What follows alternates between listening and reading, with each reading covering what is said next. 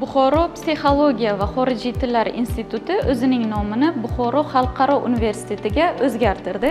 Men amaliyotchi psixolog Mo'hinabonu Otabekovna o'zimning faoliyatim davomida ushbu institut amaliyotchi psixologlarni qo'llab-quvvatlash maqsadida turli konferensiyalar o'tkazishidan xabarim bor va bugun mana shu universitet yana qanday qulayliklari va imkoniyatlari bilan biz amaliyotchi psixologlarni qo'llab-quvvatlaydi. Mana shular to'g'risida batafsil bilib olish maqsadida universitet rektori Baratov Sharif Ramazonovichdan intervyu olish maqsadida keldim. Men Baratov Sharif Ramazonovich, psixologiya fanlari doktori, professor, Buxoro xalqaro universitetining rektori, Xalqaro psixologiya fanlari akademiyasining haqiqiy a'zosi hamda Xalqaro psixologiya fanlari akademiyasining vitse-prezidenti hisoblanaman. Bizni institutimiz oldingi nomi Buxoro Psixologiya va xorijiy tillar instituti deb hisoblanadi. Biz xalqaro aloqalarni kuchaytirdik. Mana bugungi O'zbekistonda ta'lim to'g'risidagi islohotlarni muvaffaqiyatli amalga oshirish natijasida mana shu xalqaro aloqalar juda yaxshi yo'lga qo'yildi. Bizning institutda ham o'ndan ortiq davlatlar bilan xalqaro aloqalar o'rnatildi va xalqaro miqyosdagi olimlar bilan top mingtalikka kirgan oliy ta'lim muassasalari bilan butun dunyodagi biz memorandumlar tashkil qildik va shularning natijasida institutning nomini Buxoro xalqaro universitet deb nomladik.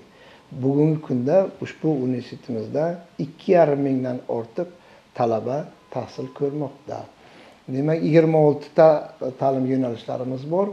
Demak, bakalavriat, magistratura, doktorantura yo'nalishlarida demak talabalarimiz tahsil olmoqda. Ustoz, ushbu institutni tashkil qilishdan maqsad nima edi va institutingizni boshqa institut va universitetlardan farqli jihatlari nimalar? Demak, bizni Buxoro xalqaro universitetimiz asosan 2021-yilda 29-oktyabr sanasida Prezidentimizning Buxoroga tashriflari davomida qo'llab-quvvatlangan, demak Prezident administratsiyasining 98-protokol bilan tasdiqlangan litsenziya asosida tashkil etildi. Bugungi kunda universitetimiz bitiruvchilari mavjud. 3 ta yo'nalish, 3 ta demak magistrlik dissertatsiyalarni himoya qilib magistrlarimiz 3 ta yo'nalishda chiqdi va mana magistrlik bitiruvchilarimiz bu yil ilk bor psixologiyadan bitiruvchilarimiz chiqyapti.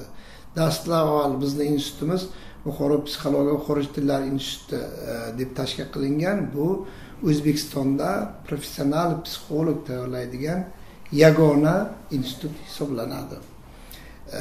Endi institutimizda albatta yutuqlari talaygina shu 4 yil davomida ancha yutuqlarga erishdik. Qisqa qilib aytadigan bo'lsak, boshqa oliy ta'lim muassasalaridan bizni institutimizda, bizni oliy ta'lim muassasamizda farqi nimada? Birinchi farqi shundaki, biz asosan professional psixologlar tayyorlashga ixtisoslashganmiz. Bu institutimizning emblemasida ham mavjud. Boshqa ta'lim yo'nalishlari ham bor albatta. Ikkinchi farqi, bizni institutimizda talaba bakalavriat bo'lib kiradi, fan doktori bo'lib chiqib ketadi. Bakalavriatni bizda o'qiydi, magistraturani bizda o'qiydi va demak doktoranturani bizda o'qiydi hamda ilmiy ixtisoslashgan kengashimiz mavjud. Psixologiya bo'yicha fan doktori bo'lib diplomni olib ketadi. Va mana shu demak tizim bizda yo'lga qo'yilgan. Boshqalardan farqli.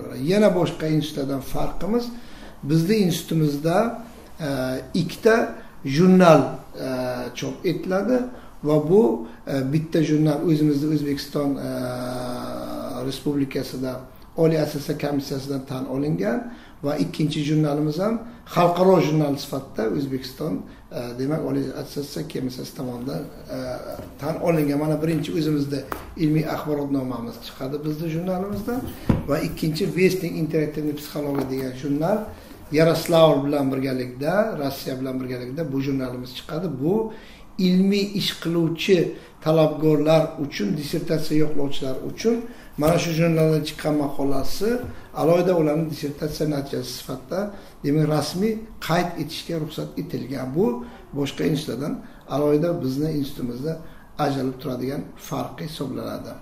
Bundan tashqari bizning institutimiz butun xalqaro miqyosda 10 dan ortiq davlatlar bilan xalqaro aloqalarni, memorandumlarni o'rnatgan.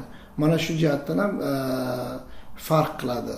Va bizning institutimizda kredit modul tizimida, demak reyting tizimida, demak talabalar tahsil oladilar. Va bundan tashqari yana boshqa institutlardan farqimiz shundaki, bugungacha bizning institutimizda 7 nafar magistrlarimiz fan doktori bo'lib o'sha diplomlarni olib ketdi. Ular magistraturani bitirishi bilan ko'plari 1 yil davomida va 1,5 yil davomida fan doktori ilmiy darajasini olib ketdi. Sababi magistraturaga qabul qilgan paytda biz o'sha doktorlik dissertatsiyasini beramiz va maqolalarni chiqarib ulguradi. Va shu jihatdan bugungi kunda bizning faxrimiz 7 nafar bitiruvchimiz fan doktori. Mana shu 4 yil bo'lganmiz, 4 yil davomida mana shunday katta biz natijalarga erishganmiz. Bundan tashqari Oliy attestatsiya komissiyasi ro'yxatiga biz kirganmiz. Bizning institutimizdan dotsent ilmiy unvoni, professor ilmiy unvonlariga biz bemalol ilmiy kengash qarori bilan mana shu vakka yo'llab va u yerdan diplomlarni olib berish huquqiga egamiz. Mana shu institutimizda bugungi kunda ta'lim tarbiya yo'nalishlari bo'yicha mana shunday katta yutuqlar amalga oshirilmoqda. Bundan tashqari bizni bitta psixologiya kafedramizning o'zida 6 nafar fan doktori, 4 nafar fan nomzodlari faoliyat ko'rsatadi. Demak, ilmiy salohiyat 62% ni tashkil etadi. Bu ham o'sha talabalarni professional darajada tayyorlashda men o'ylayman alohida ahamiyat kasb etadi. Bundan tashqari bizning institutimizda demak 8 ta magistratura yo'nalishi, demak 15 ta bakalavriat yo'nalishi, 3 ta doktorantura yo'nalishlarimiz mavjud. Ustoz, Buxoro xalqaro universitetida psixologiya yo'nalishidan tashqari yana qanday yo'nalishlar mavjud? Bizda mana oldingi nimalarimizda nomlanishimizda Buxoro psixologiya xorij tillar instituti deyilgan. Ko'p kishi o'ylaydiki, faqat psixologiya bilan xorij tillar instituti yo'nalishi bo'yicha mutaxassislar tayyorlanadi deb aytadi, lekin biz bugungi kunda boshqa yo'nalishlarda ham juda katta muvaffaqiyatli, demak, talabalarni tayyorlaymoqdamiz. Masalan, iqtisodiyot ta'lim yo'nalishi, o'zbek tili va filologiyasi, boshlang'ich ta'lim, maktabgacha ta'lim, demak, milliy g'oya va boshqa qator yo'nalishlarda ham biz mutaxassis tayyorlaymiz. Yana bundan tashqari matematika, o'zbek tili, rus tili yo'nalishlarida sirtqi ta'lim yo'nalishi bo'lmasa-da, bizda masofaviy ta'lim yo'nalishlarimiz mavjud. Bugungi kunda 9 ta yo'nalishda, demak, masofaviy ta'lim asosida dars berish imkoniyatimiz ham mavjud. Demak, Buxoro xalqaro universiteti deyilishiga yana bir sabab, demak, juda ko'p yo'nalishlarda biz ham mutaxassis chiqaramiz. Mana shu doktoranturani o'zini borligi ham pedagogika yo'nalishida, filologiya yo'nalishida, psixologiya yo'nalishida bugungi kunda doktorantura ochilganligi ham, demak, bizning institutimizda kelajagi, strategik kelajagi porloq ekanligidan dalolat beradi. Buxoro xalqaro universitetining ko'plab konferensiyalarida shaxsan o'zim ham ishtirok etdim va qiziqyapman. Bundan keyin yana qanday konferensiyalar o'tkazish niyatlaringiz bor? Haqiqatan ham institutimiz tashkil etilgandan buyon, demak, har yil bir nechta biz xalqaro miqyosda konferensiyalarni o'tkazib kelyapmiz. Mana bu yil 16-18 mart kunlari, demak, Xalqaro psixologiya fanlar akademiyasi bilan hamkorlikda, demak, psixologiya 21 stoletiya, 21-asr psixologiyasi mavzusida juda katta xalqaro konferensiya o'tkazdik. Bu konferensiyada Xalqaro psixologiya fanlar akademiyasining prezidenti Kozlov Vladimir Vasilyevich boshchiligidagi, demak, 50 dan ortiq davlatlardan, demak, olimlar tashrif buyurishdi. Ushbu konferensiya, demak, O'zbekistonda psixologiyaning rivojlanishida, milliy qadriyatlarimizni psixologik mohiyatini ochib berishda juda katta ahamiyat kasb etdi. Bundan tashqari biz ushbu yilning oxirigacha Turkiya oliy ta'lim muassasalari bilan, yana Rossiya oliy ta'lim muassasalari bilan, Qozog'iston oliy ta'lim muassasalari olimlari bilan hamkorlikda bir nechta konferensiyalarni rejalashtirganmiz. Bundan tashqari davlat grantlari, mana Turkiya davlat universiteti bilan hamkorlikda bitta davlat grantlari loyihasini biz tashkil qildik. Undan tashqari Erasmus Mundus Yevropa mamlakatlarida ishlaydigan xalqaro grantlar ustida ishlayapmiz. Ushbu grantlar natijalari bo'yicha demak xalqaro konferensiyalarda tegishli hisobotlar beriladi. Har bir xalqaro tashkil etilgan konferensiya bizni mutaxassislarimizni professional psixolog bo'lib yetishishlarida juda katta ahamiyat kasb etadi. Bundan tashqari 20 dan ortiq olimlarimiz universitetimizga kelib dars bermoqda. Masalan, Turkiya olimlari keldilar, Rossiya olimlaridan juda ham ko'p olimlar kelib bizni talabalarimizga psixologiyaning eng yangi dolzarb masalalari bo'yicha, xorijiy tillarning eng dolzarb masalalari bo'yicha ma'ruzalar o'qib ketyapti. Bu ham talabalarimizni kelajakdagi demak yaxshi mutaxassis bo'lib yetishlarida alohida ahamiyat kasb etadi. Endi yana ko'pchilikni qiziqtiradigan savol, sizning universitetingizda talabalar davlat grantlari asosida ham o'qishlari mumkinmi? Albatta, bugungi kunda hukumatimiz tomonidan iqtidorli talabalarni qo'llab-quvvatlash uchun nodavlat oliy ta'lim muassasalariga ham juda katta imkoniyatlar yaratilmoqda. Buning uchun biz hukumatimizdan juda katta minnatdorchilik bildiramiz.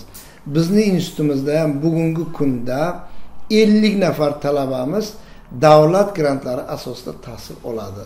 Chunki bu demak oliy ta'lim vazirligi tomonidan tasdiqlangan reja asosida, davlat grantlari asosida demak 50 nafar talabamiz tahsil oladi va bundan tashqari bizda demak 7 nafar demak talabgorimiz demak doktoranturada tahsil oladi. Bular ham davlat tomonidan har birlariga demak 6,5 milliondan demak stipendiya belgilangan. Doktorantlarimizga 6 nafar doktorantimiz boshqa xususiy ta'lim muassasalariga yo'q bu imkoniyat.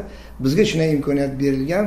6 nafar doktorantimiz demak doktoranturada tahsil olmoqda. Bu yil demak 2-kursda o'qiyapti. Mana shu 2-kursning o'zida ularning ishlari deyarli 90% tayyor bo'lgan. Ular shu yilning o'zida himoya qilib ketishlari mumkin. Demak 50 nafar davlat grantlari va 6 nafar demak doktorantlarimiz davlat tomonidan qo'llab-quvvatlanish asosida tahsil olmoqda va bu kelajakda bizda albatta juda katta imkoniyatlar yaratishga xizmat qiladi va bundan tashqari biz yana yutuqlarimizdan bittasi demak prezidentimizning ushbu yilning 14-fevralda yoshlar bilan uchrashuvlarida qo'ygan talablaridan kelib chiqib Garvard universitetida demak Amerikadagi dunyoda birinchi o'rinda turgan Garvard universitetida uchun talabalarimiz orasidan tayyorlov kurslarini tashkil qilganmiz. Bizda yana xorijiy tilga ixtisoslashgan juda ham ko'p talabalarimiz bor. 100 dan ortiq talabalarimiz IELTS sertifikatiga ega. Mana shularni olib qayta alohida tayyorlab, demak dunyoda birinchi o'rinda turgan Garvard universitetiga tayyorlov ishlarini olib bormoqdamiz. Xudo xolasa yanvar oyidagi Garvard institutida bo'ladigan imtihonda yaxshi natijalar qo'lga kiritamiz deb umid qilamiz.